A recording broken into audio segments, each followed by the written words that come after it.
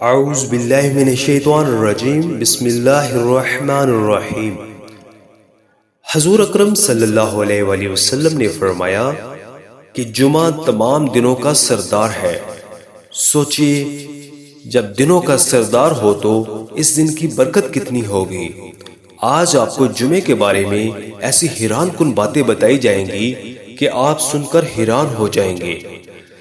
جمعہ وہ دن ہے جس دن حضرت آدم علیہ السلام کو پیدا کیا گیا، اسی دن انہیں جنت میں داخل کیا گیا اور اسی دن ہی زمین پر بھیجا گیا۔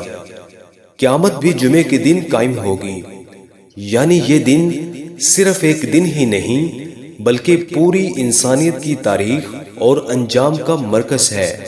لیکن افسوس، ہم میں سے کتنے لوگ ہیں جو جمعے کو ایک عام دن سمجھ کر گزار دیتے ہیں، نہ کوئی تیاری، نہ کوئی شوق اور نہ کوئی احساس۔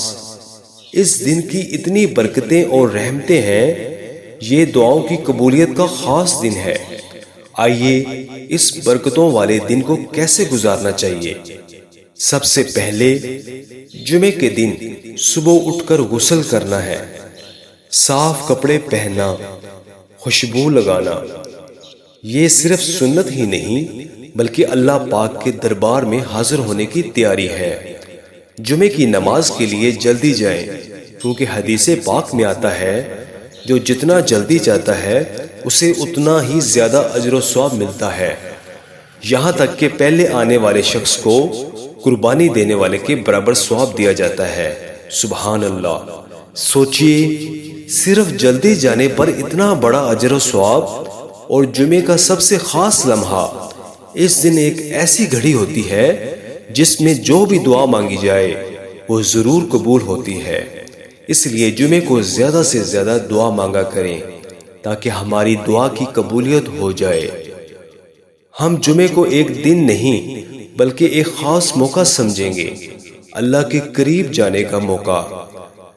اس دن درود پاک کو کثرت سے پڑھیں گے، کیونکہ جمعے کے دن درود پاک کا پڑھنا حضور صلی اللہ علیہ وآلہ وسلم تک پہنچایا جاتا ہے۔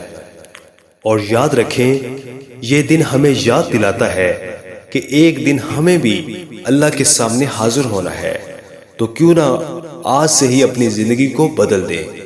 بس ایک سچی نیت اور ایک سچا قدم چاہیے۔ اللہ پاک ہمیں جمعۃ المبارک کی حقیقی قدر جاننے کی توفیق عطا فرمائے۔ آمین ثم آمین۔